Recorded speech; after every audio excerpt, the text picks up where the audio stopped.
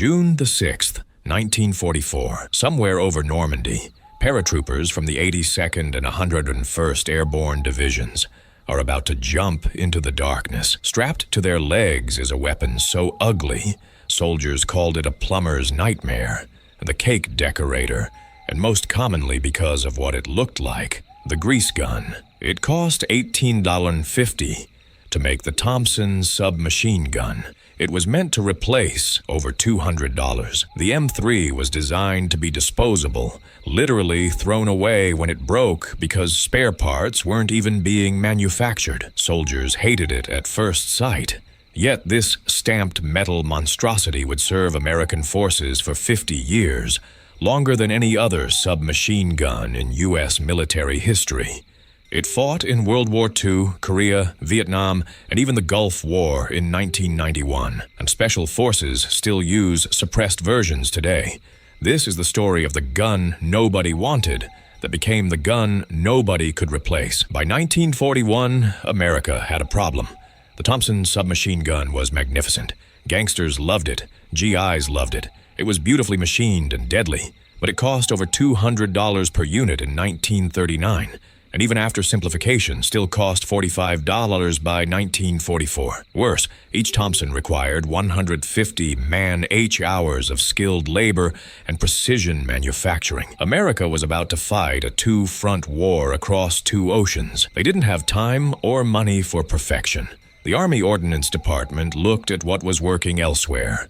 The Germans had the MP-40, stamped steel, simple, effective. The British, desperate during the Blitz, had created the Sten gun, so crude it looked homemade, but it worked and cost almost nothing. In October 1942, the specifications were clear. Build us a submachine gun from stamped steel, fire 45 ACP ammunition, keep the rate of fire under 500 rounds per minute, and make it cheaper than everything else, way cheaper. Enter George Hyde, a designer from General Motors' Inland Division, and Frederick Sampson, chief engineer at GM's Guide Lamp Division, a factory that normally made blackout lights for trucks. What they created was revolutionary in its simplicity. Two pieces of stamped steel welded together formed the receiver. The barrel, bolt face, and trigger mechanism were the only machined parts. Everything else was pressed, stamped, or welded.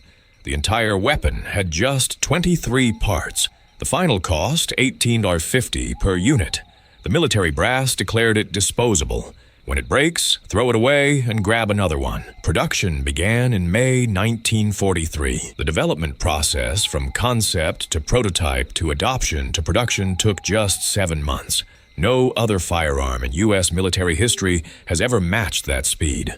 By war's end, over 606,000 M3s and 15,000 improved M3A1s had been manufactured. The M3 made its combat debut on the biggest stage of World War II, D-Day, June 6, 1944. Paratroopers jumping into Normandy in the pre-dawn darkness carried them. Unlike the Thompson, the M3 didn't need to be disassembled before a jump. You could strap it to your leg, leap into the night, hit the ground, and start fighting immediately. At just 22.8 in with the stock collapsed, it was perfect for cramped aircraft and gliders. But the initial reactions were brutal. Private Don Burgett of the 101st Airborne called it a piece of junk. Many troopers in the 802nd refused to give up their Thompsons, viewing the grease gun as an insult to their elite status. Private D. Eberhardt of the 42nd Infantry Division, who trained on the M3 at Camp Gruber, Oklahoma, said he and his fellow infantrymen held it in mild contempt, considering it a cheap knockoff of the German MP-40. Why the hatred? Early models had serious problems. The side-mounted cocking handle, a delicate piece of sheet metal, would snap off if the gun was dropped on its right side. While it could survive a left side drop without issue, hit it on the right and the handle broke. Once that happened, you couldn't the bolt and the weapon became a useless 7 lb paper weight. Field repair depots in France were overwhelmed with broken M3s after D-Day. Ordnance technicians had to improvise, cutting slots into the receivers and fabricating crude replacement handles just to keep the guns functioning. Photos from General Patton's Third Army around the Battle of the Bulge show M3s repaired this way. The National Military History Museum in Luxembourg has 5 M3s with these field modifications in their collection. The magazine was another nightmare. The single-column 30-round magazine was difficult to load and prone to jamming if even a tiny bit of dirt got inside. Sergeant M. Morris, writing for Yank magazine, described how one infantry company told him the magazine release on the grease gun is too loose, and when slight pressure is exerted on it as the gun is carried slung on the shoulder, the magazine will fall out. Consequently, the men take a ball hammer and bend the release slightly so as to make it more secure. Soldiers improvised everywhere. Some cut M1 rifle operating rod springs into 4 sections to strengthen the magazine release. Others found creative ways to carry spare magazines without stressing the weak magazine catch. But something interesting started happening as the war continued.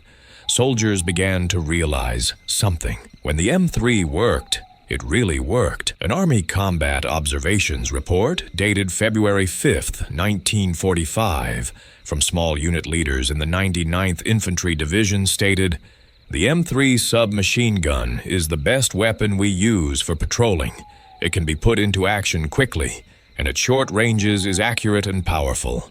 The gun weighed just 8 pounds loaded compared to the Thompson's 13+ pounds. A soldier could carry more ammunition and stay in the fight longer. The rate of fire, 300 to 400 rounds per minute, was half that of the Thompson, which meant better control and longer engagement time before running dry. And there was something else. The M3 was absurdly reliable once the early bugs were fixed. One GI quoted in Warfare History Network summed it up perfectly. "I hated that gun. When they gave it to me, it wasn't as sharple-looking as my Thompson and looked like a leftover from the parts locker. But when I needed it, that gun never let me down. I didn't clean it in combat. I just loaded it and drug it through the mud, and it kept shooting." The M3 worked in the burning deserts of North Africa. It worked in the frozen forest during the Battle of the Bulge. It worked when dropped, when caked in mud, when soaked in rain. Records show the M3 performing better in mud and sand tests than any other American submachine gun ever tested, thanks to its fully enclosed operating system and generous tolerances. Tank crews loved it. By late war, Sherman tanks came fitted with up to 5 M3s for personal protection. Corporal Carlton Chapman of the 761st Tank Battalion, the famous African-American Black Panthers, was photographed on November 5, 1944, peering through his Sherman's hatch near Nancy, France, with his M3 visible. Armorer Russell Spooner explained, "An M3 lifted above the hatch opening could spray the countryside with a lot of bullets in a matter of seconds. This would discourage a nearby enemy from any attempt to interfere with those who needed to abandon their tank." The M3 even liberated P camps. On April 6, 1945, when Combat Command B of the 14th Armored Division reached O Flag B prisoner of war camp in Hamburg, Germany, they found the gates locked. 2 troops from the 47th Medium Tank Battalion solved that problem quickly. With their M3 grease guns, they shot the locks off and freed nearly 500 American officers, including some captured during the Battle of the Bulge. But there was another side to the M3's story, one that remained classified for decades. The Office of Strategic Services, the OSS, predecessor to the CIA, needed a suppressed submachine gun for clandestine operations behind enemy lines. The M3's compact design and use of subsonic 45 ACP ammunition made it perfect for suppression. In late 1942, the OSS contracted with High Standard Company to produce 1,000 suppressed M3s. Goodell Division drilled ports in the gun barrels, and technicians at Bell Laboratories designed a special 14.5 suppressor using wire mesh instead of baffles. The perforated barrel extended only through the large diameter section of the suppressor, with tightly wrapped wire mesh acting as an expansion chamber to slow propellant gases. The result? The suppressor was so effective that the cycling of the gun's action made more noise than the actual gunshot. These suppressed M3s were issued to OSS agents and European resistance fighters for assassination missions in German-occupied territory. One example with excellent providence was provided to a European resistance fighter for a specific mission. Right at the end of the war ended before it could be used, leaving it in collector-grade condition. OSS agents also used 9mm conversion kits that allowed the M3 to fire captured German ammunition, crucial for operations deep behind enemy lines where resupply was impossible. In the Pacific Theater, U.S. Marine tankmen carried M3s on Iwima and Okinawa. Navy vessels kept them in small arms lockers for shore parties. Chinese Army personnel and OSSE guerrillas in Burma used them against the Japanese, and the M3's secret war didn't end in 1945. The M3 was supposed to be disposable. It was supposed to last just long enough to win the war, then be scrapped. Instead, it became one of the longest-serving weapons in American military history. In December 1944, the improved M3A1 was adopted. The fragile cocking handle was completely eliminated, replaced by a simple finger hole cut into the bolt.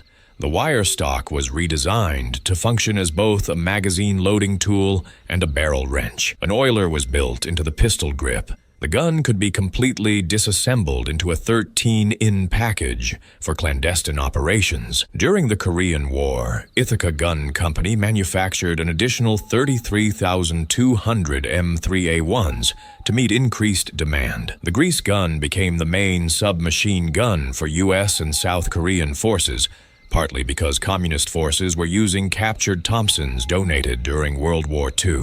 In Vietnam, the M3A1 served with regular troops, South Vietnamese forces, helicopter crews, and special operations units. Suppressed M3A1s were carried by Marine Force Recon, Navy SEALs, and Army LRPS on secretive operations behind communist lines. Montagnard tribal fighters armed by U.S. advisors used them to defend against Viet Cong attacks. When Delta Force was formed in 1977, the suppressed M301 was their initial submachine gun. Some sources report Delta operators carried them during Operation Eagle Claw, the failed Iran hostage rescue mission in 1980. Though this remains controversial, and still the M3 served throughout the 1980s and into the 1990s, M3A1s remained standard equipment in American armored vehicles. M60 main battle tanks, armored personnel carriers, tank recovery vehicles. Soldiers who served in Desert Storm in 1991,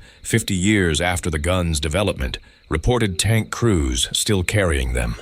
A former tank company commander stated he had 2 M3A1s in his unit arms room as late as 2001. The M3 wasn't officially retired from U.S. service until 1992. By then, some grease guns were nearly half a century old and still functioning. The M3 grease gun represents one of the great ironies of weapons development. Sometimes cheap and ugly beats expensive and beautiful. It was designed in 7 months by a company that made car headlights. It cost $1,850. It looked like something from a hardware store. Soldiers initially despised it. The military called it disposable, yet it outlasted the beloved Thompson, outlasted the M1 Garand, outlasted the M14 rifle. It served in more wars across more decades than almost any other American firearm. The M3 proved that in war, what matters isn't how a weapon looks or how much it costs. What matters is whether it works when you need it most. And for 50 years, through jungles and deserts, frozen forests and sweltering tanks, from Normandy to the Persian Gulf, the ugly little grease gun did exactly that. George Hyde and Frederick Sampson, the designers who created America's cheapest submachine gun, built something that became priceless.